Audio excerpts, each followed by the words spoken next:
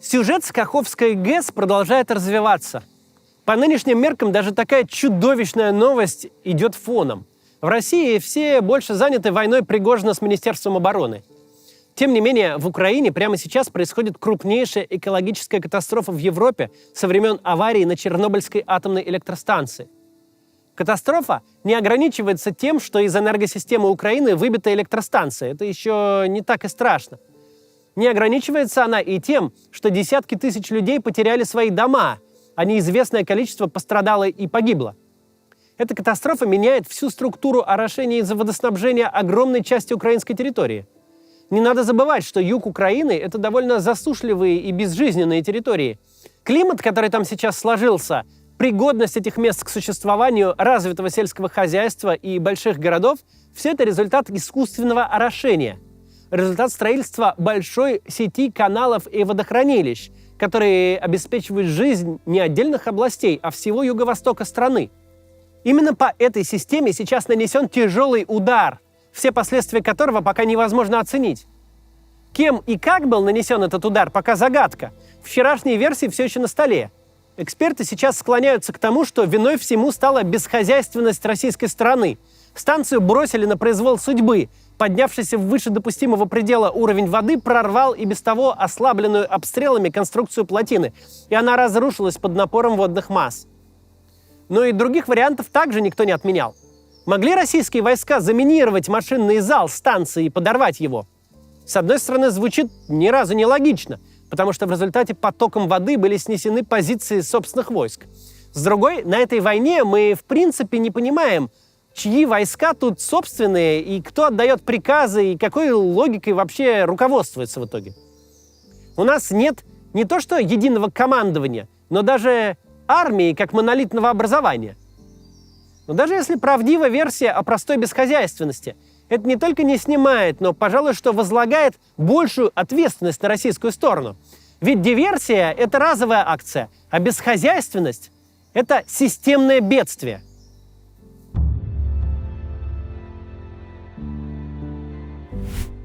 Вообще, занятное представление о власти у тех, кто принимает в России решения сегодня.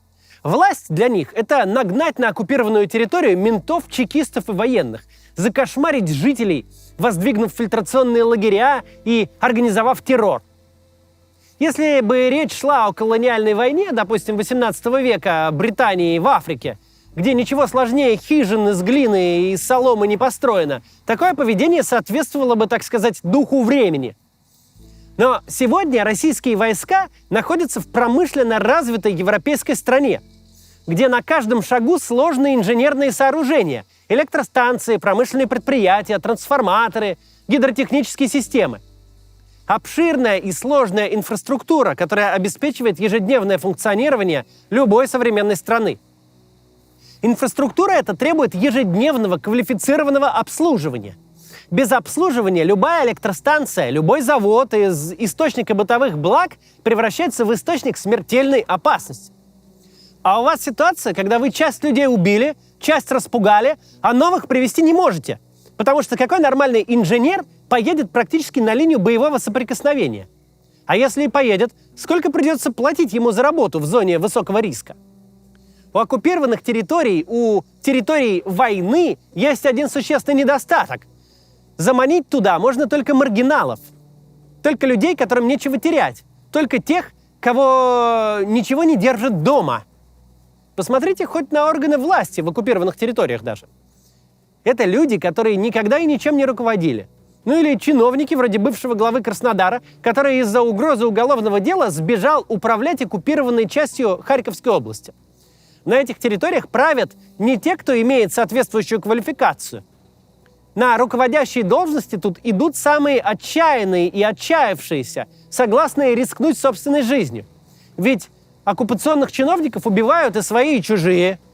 Только от дурного куража или от отчаяния можно гарантированно обречь себя на пожизненные санкции, закрыть себе возможность существования вне вертикали российского государства. Так это начальники. Что говорить о людях, которые должны ежедневно обеспечивать функционирование жизненно важной и смертельно опасной инфраструктуры? Автоматами Снарядить и в мясные штурмы отправить можно и провинциальных алкоголиков, соблазнив их месячной зарплатой, равной их двухлетнему доходу. От мишени для украинского пулемета большой квалификации не нужно. Тут подойдет кто угодно. Но когда вы держите под оккупацией большие города, которые остро нуждаются в специалистах всех возможных профилей, которые остро нуждаются в нормальной, квалифицированной власти, когда вы оккупировали территории, где есть сложные инженерные сооружения, персонал для них вы нигде не мобилизуете. Если вы создали среду, куда ни один вменяемый человек не просто не хочет попасть, но стремится оттуда сбежать при первой возможности, если вся ваша власть — это какие-то шайки вооруженных бандосов, то техногенные катастрофы — это ваша неизбежная реальность. Но представьте себе, что из Москвы в один день сбегает большинство коммунальщиков, электриков, инженеров, электроподстанций, ремонтников, управленцев, пожарных и спасателей. Как скоро город погрузится в Средневековье? Когда произойдет первое отключение света, прорыв труб водоснабжения и канализации, страшные пожары, которые некому будет тушить, и аварии, которые некому будет ликвидировать? Через какое время город перестанет быть пригодным для жизни? Огромные территории Украины сейчас находятся именно в таком положении. Черт его знает, кто там чем управляет и кто за что несет ответственность, по каким правилам и нормативам все это работает. Ну и как можно удивляться тому, что инженерное сооружение, держащее на своих плечах сотни тысяч тонн воды, подвергавшееся разрушительным воздействиям, брошенное на произвол судьбы самопровозглашенной властью, вдруг решило рухнуть? Как можно удивляться тому, что эвакуация людей даже не провалилась, а вообще толком не началась? Из зоны бедствия нужно срочно вывозить десятки тысяч человек. Речь об операции, сравнимой по масштабам с эвакуацией людей из Чернобыльской зоны активного заражения. Это задача, на которую большое функциональное государство должно потратить массу своих ресурсов. Надо в считанные часы, в лучшем случае дни, в условиях стихийного бедствия передвинуть с места на место население Ненецкого автономного округа. Это даже для Советского Союза с его практически бесконечными возможностями в 1986 году была сверхсложная задача. А кто ею будет заниматься сейчас?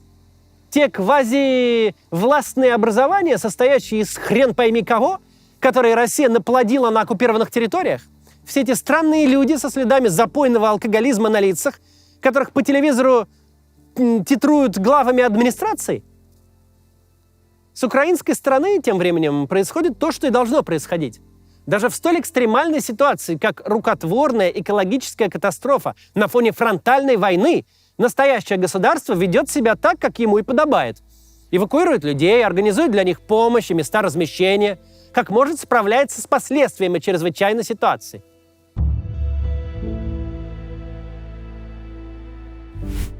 Тут надо вот что проговорить. Совершенно не важно, что стало причиной разрушения Каховской ГЭС. После всего, что нахеровертел Путин за последний год, учитывая, во что он превратил захваченные территории, были неизбежны две вещи. Во-первых, техногенные аварии будут происходить и дальше. А взятые в заложники жители этих территорий останутся с последствиями этих аварий один на один. Люди с автоматами будут спасать только сами себя.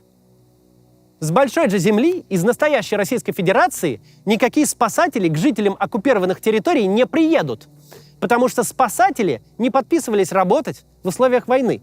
Проблема не в том, как оказалось, что российский режим не пригоден для войны. Проблема в том, что российский режим не пригоден ни для чего в плюс-минус экстренной ситуации. Он худо-бедно функционален, пока пухнет от ресурсов. Когда нефтедолларов так много, что ими можно купить всех, заплатить за все и порешать любую проблему. Но как только режим этот сталкивается с проблемой, которая не решается деньгами напрямую, то сразу же гниль и тлен начинают лезть изо всех щелей. В принципе, мы это и раньше видели, безо всякой войны. Всякий раз, когда приходил русский народный праздник жареного петуха, будь то лесные пожары в Подмосковье или наводнения в Крымске, то всякий раз оказывалось, что нет ничего. Системы оповещения нет, контроля за лесами нет, пожарных и спасателей не хватает.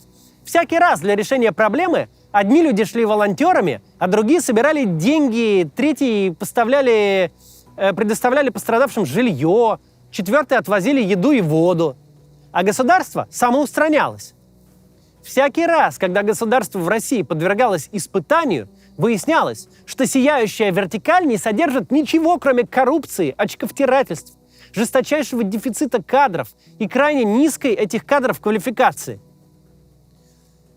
Случались страшные трагедии, вроде той же зимней вишни в Кемерово, которая показала, что в России просто нет никакого пожарного надзора, что в центре большого российского города может стоять торговый центр, который горит как спичка.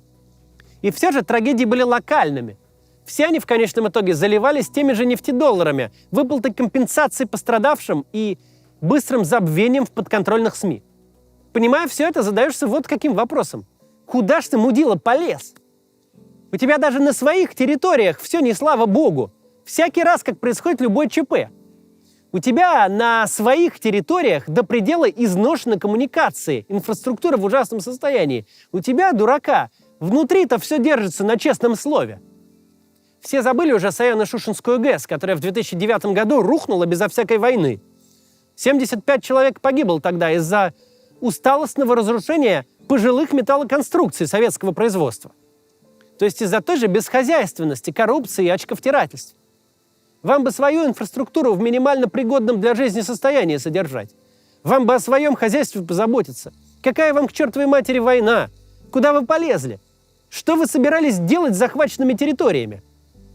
Война в Украине приносит нам свидетельство невообразимых ужасов. Но ужасы эти хотя бы предсказуемы. Плохие люди делают плохие дела, убивают женщин и детей, лишают людей жилья. Для войны это не новости. Война выглядит именно так. Но параллельно с ужасами войны мы наблюдаем аттракцион какой-то невиданной глупости. Мы наблюдаем людей, которые сначала согнали на чужую землю эталонных маргиналов, бомжей и зэков, а теперь совершенно не знают, чего им со всем этим делать. Кровавых упырей наша история видела достаточно, но вот таких долбоебов, ведь их мать, которым не территории чужие захватывать, не на чужие электростанции приходить, а лом в разрезе надо изучать, таких пока что не было. И начнись война, живи Путин и дальше в ситуации, где любая проблема – это не проблема, а расходы, то вошел бы он в историю кем угодно, в том числе и кровавым диктатором, всякое могло быть. Но поверив в собственную пропаганду, он полез в войну. А когда полез, то выяснилось, что он, к тому же, еще и феерический идиот, не способный оценивать последствия своих поступков. Идиот, устроивший, однако, экологическую катастрофу, совершенно ужасную, возможно, самую ужасную в этом веке в нашем регионе. До завтра.